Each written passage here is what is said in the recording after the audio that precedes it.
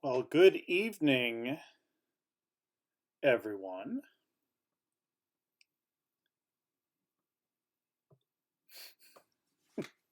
Hi.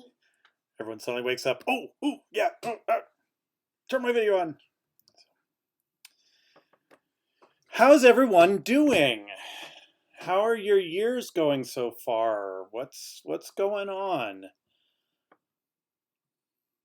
Doing well, thank you. Glad to hear it. I feel like if I had to put a label on it, our school is kind of feeling, I don't know, cautiously optimistic in a way. It's clubs are back, sports are back. Yes, we're still wearing masks and we still have to spread out in ensembles, but I don't know. At least right now, it seems like things are kind of have found some kind of equilibrium at least. So don't know. We'll keep our fingers crossed. But yeah. So hey, it's week 3, which means we're somewhere about a fifth of the way done, which I always like to look at it that way as opposed to, oh my gosh, we still have X number of weeks to go. Um, so tonight is going to be about adding in, or really starting to take our first steps towards the actual instructional design projects, based off of our discussions from the last couple of weeks. We've kind of hopefully now got a sense of the the general components that are typically found in an instructional design plan.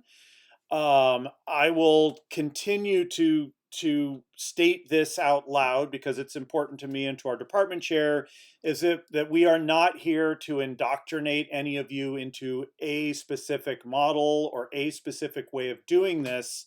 It's really about understanding what is underneath and what is common to the world of instructional design, so that then you can find the way that works best for you in your situation. And you may even find, as you progress through your professional careers, that the way that you approach instructional design, even from yourself, may differ from situation to situation or from group of students to group of students. So we want to make sure that we're not just sort of railroading everybody into a way of thinking. So, as I've hopefully set up prior to now, the way we're going to approach this is by looking at these sort of large ideas that go into instructional design. This week and next week is going to be about analysis, which is pretty much a piece of every one of the models that we looked at. We're going to be looking at assessment, which is another thing that showed up in almost every model that we looked at. We're going to look at the actual production of materials and so on. So hopefully throughout all of that, you're able to kind of find your own voice within the instructional design process and kind of find the way that is most comfortable for you. So the first phase of those projects, you will be able to start working on it as of today. The first phase is not due for a couple of weeks still, and we will only tonight be covering kind of half of the subtopics that will go into phase 1. So, we'll still have some work to do next week in terms of just figuring out what needs to go there. But I wanted to get the assignment out there this week so that people could start working on it and start putting together the first phase of these projects. So that's going to be our main goal tonight. If last week was sort of a night in 3 acts, tonight I really just see in 2. But this is part 1 of 2 2-act plays, and the other 2-act play will happen next week. So what we will look at tonight is mainly the big topic tonight will be needs assessment, because I think that's the biggest piece in terms of analysis. So we're going to look at that and kind of discuss some of the ideas that came out of the chapter reading from this week. We will also look at what is sometimes called context analysis, or um, uh, environment analysis, and that will start kind of looking at issues of, who is this being designed for, where is it being designed to be presented, who are the people who are going to be presenting this plan to the students in the end. So we will also look at that piece of it tonight. And then next week, the two big topics will be audience analysis, um, which is basically learning what we need to learn about the students or whoever is going to be engaged with our instructional designs once they're realized. And finally, the last piece of it will be goal setting. And while that's kind of not technically analysis, the goal setting is really the result of all of the levels of analysis that you do leading up to it. So kind of the reason, the why that we do the analysis piece is so that we can come out of it with very clearly stated and well-defined goals. And those goals will be then what drives all of the assessment and the production and the implementation, because it's those goals that we are trying to get our students to meet, or to get the participants to meet. So that's just kind of an overview of the next couple of weeks. So tonight we'll kind of do something similar to what we did last week, in that I anticipate there are kind of two needs assessment models that I want to discuss. And even though we're a small group tonight, I still want to break us up into a couple of even smaller groups to kind of focus on those two models and to give some thought to them, and then to kind of share back with the rest of the class what you discussed about those two models. So we'll spend a little bit of time doing that. As a group, we'll discuss the context analysis or environment analysis piece of it, which shouldn't take too long. And then I'll finish up by actually talking about phase one of the projects, and how what we discussed tonight and have learned over the past weeks or so will apply towards getting started on those projects. So before I go any further, I always want to start off by giving some space in case there are questions or concerns or things that have come up that you would like some clarification on, or anything along those lines. Um, Remember, if you have a question about something, it probably means you're not the only one in the class. So feel free to just dive in. And if there's any questions or concerns that I can address right now.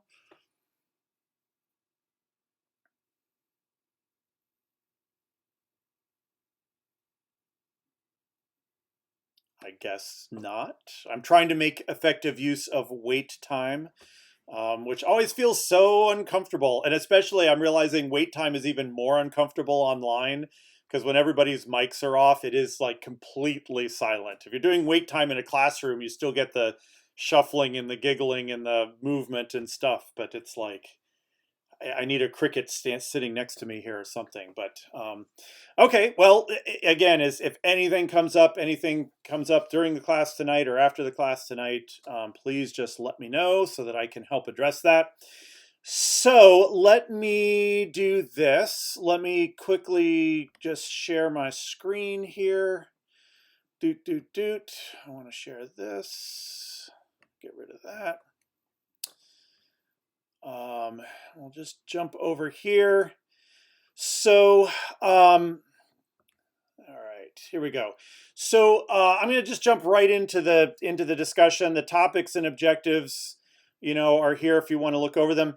By the way, and just in the interest of kind of explaining what you can expect from me in terms of how I'm structuring the material in an asynchronous way. Every night I do have this topics and objectives, or every week I have this topics and objectives page in the Moodle. What I add to it after the fact will be a third section that's like sequence or suggested sequence of activities. And so what I do there is then kind of list out and link to the materials for the week. And that way, if somebody is completely asynchronous, or even if any of you who are here want to go back and kind of sort of review the whole class, there's that additional piece there. So, but this page will always be the first thing every week in the Moodle. And then, like I said, I always add on that third piece of it once the class is complete. So let's see. Let me pull up our notes page here for this week. Um, so the reading for this week, I know it was a little lengthier than the one from the week before, but I think there's some really good information in there, particularly about needs assessment. That's kind of the biggest piece of that reading and why I put it out there. Um, and in particular, I like the fact that they try to, first of all, expand the definition of a needs assessment. Because I think in a lot of cases there is some tunnel vision about what a needs assessment is. There's always that phrase of comparing what should be against what is, and kind of the gap between is the need. But I like in this particular reading how they took into account that that's not always the situation. That sometimes that's the type of need you're addressing, but they also include that innovation model, that idea that sometimes the need isn't coming because there's some existing gap or deficit in instruction, but that there is something new. There's some new initiative, there's a new textbook, a new program that's being implemented. And so it may be that the needs relate less to fixing something that's already there, but more towards figuring out how to incorporate this new thing into things. So so I like that they take a little bit broader view of the idea of needs assessment and then kind of break it down. There's that great sort of graphic that they have that's almost like a flow chart of here's what you can do. So before we get into the splitting up, I do want to talk about or start our discussion with this idea of the what they called the problem model. And my only issue with the way they set this up is that they use the word model for all three sort of elements or approaches.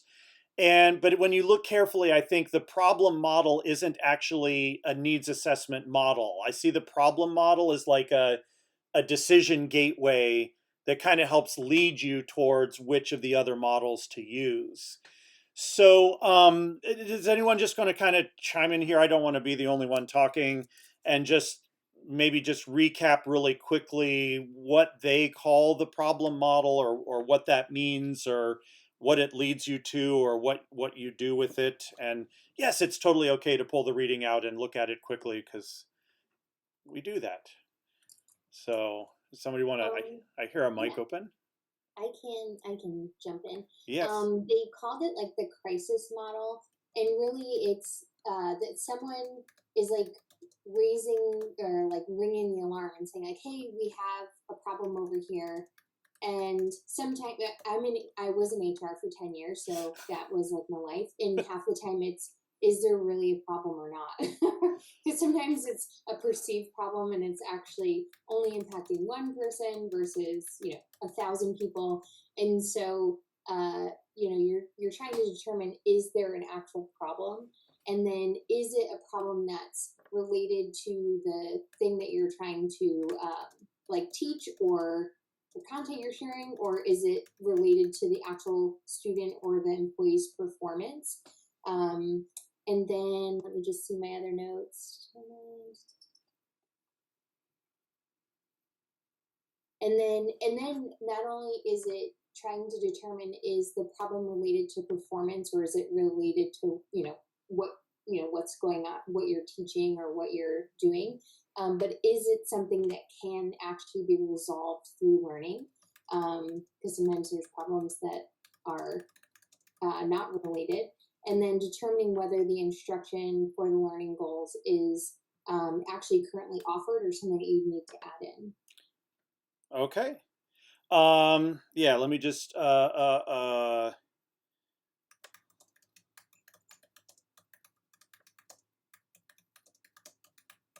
all right.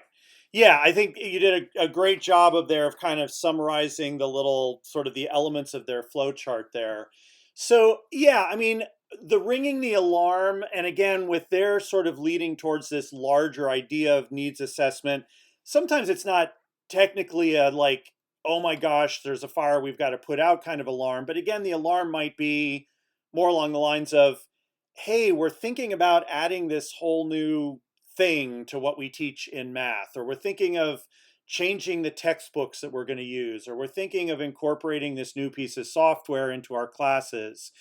And so while that may not necessarily be somebody saying, "Oh my gosh, we've got a problem, we've got to fix this," it's sort of the same type of thing that somebody has identified that something is changing or something needs to change. I guess that would be one way to kind of summarize it. Um,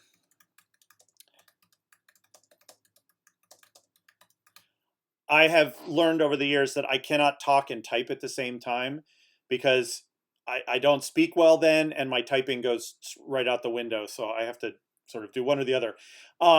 So that's sort of where it starts. You don't, there's always the phrase, if it ain't broke, don't fix it kind of a thing. And that kind of is what this is saying.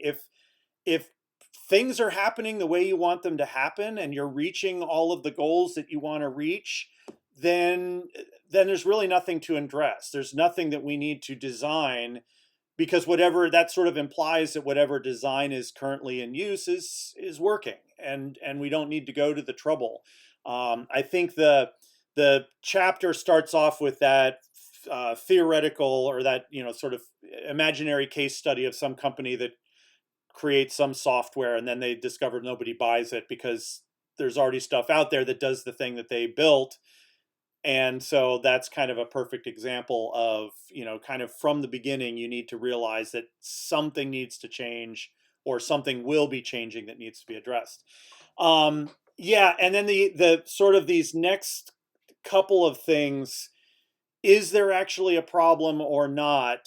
And probably more specifically with instruction, is the problem related to instruction? So there are a lot of issues that we deal with in classrooms and at work and in all sorts of other situations that aren't necessarily about instruction or education.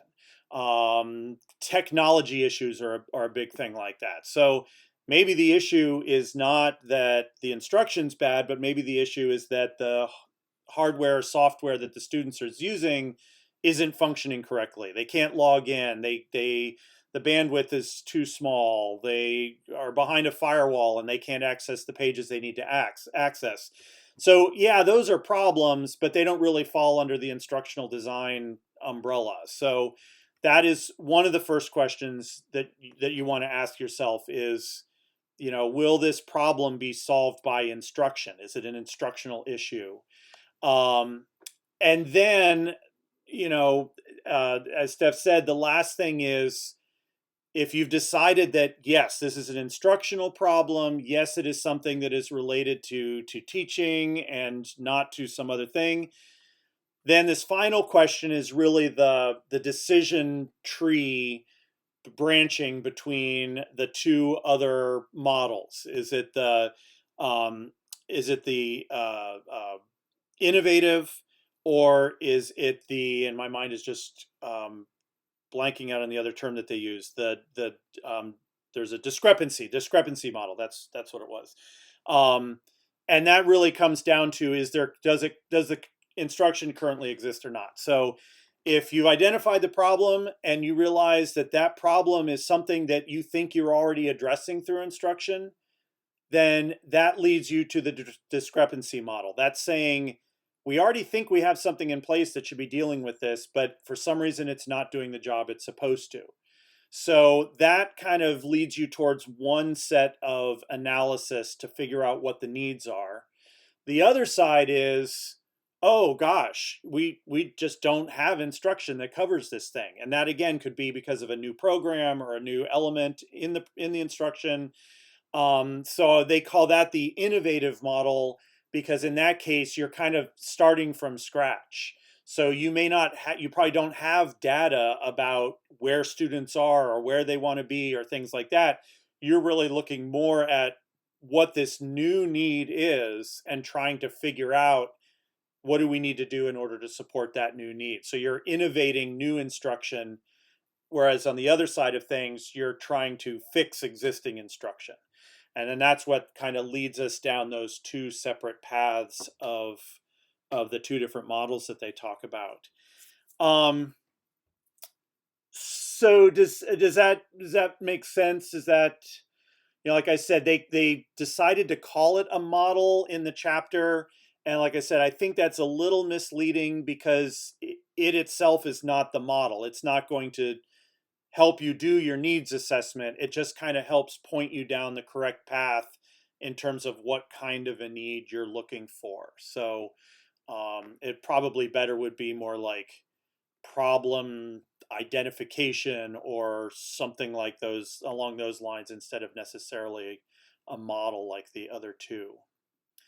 So anything else that's worth throwing in there with that at this point, or does that kind of set the stage for looking at the other two? All right. So in that case, what I would like to do is to go. Here we go. Is to break up into two groups. Looks like with the numbers we have, will be a group of 3 and a group of 4, which is great sizes for discussions. And the idea will be, I'm using kind of the same activity as last week. I've set it up in this wiki on the Moodle. So both of the other models already have a page set up. And I've just kind of given some guiding questions for the group to discuss. And by pressing the edit tab, one person in the group can then just enter the notes right in this blank space here. I like doing this again for people who are reviewing this class after the fact, or if you're coming back to review the class after the fact.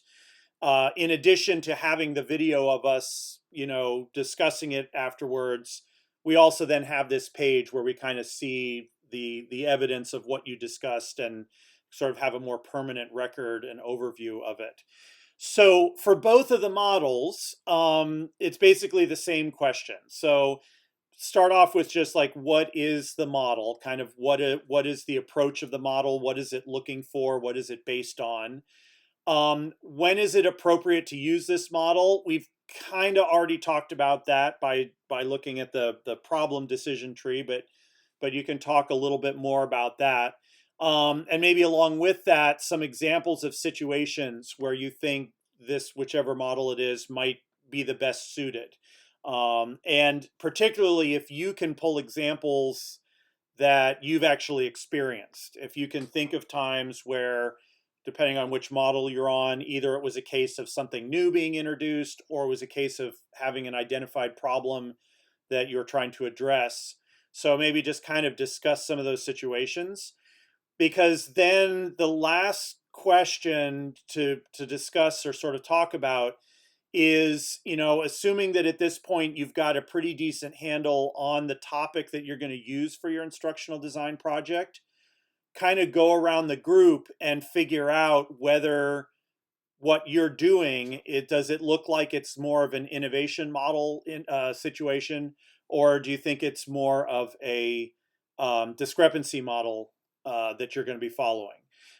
So even if you're in the innovation model group and you think yours is going to be discrepancy model, that would be a good time to kind of figure that out, because then that's going to help shape the work that you do this week as you start building your analysis piece of your plan. So just kind of reviewing what the model is, giving some examples of it, and then finishing up by figuring out which model does it seem like your particular project falls under.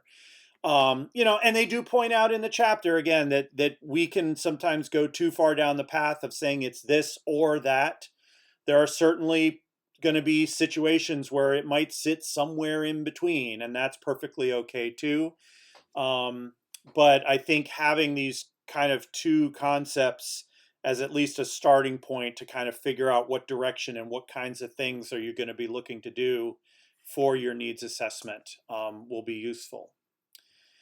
All right, so this will be split you up. One of the groups I'll assign the innovation, the other will be the discrepancy. and we'll just take a little bit of time, discuss, take the notes, have one person in the group just go on to the Moodle and take the notes. That seemed to work pretty well last week.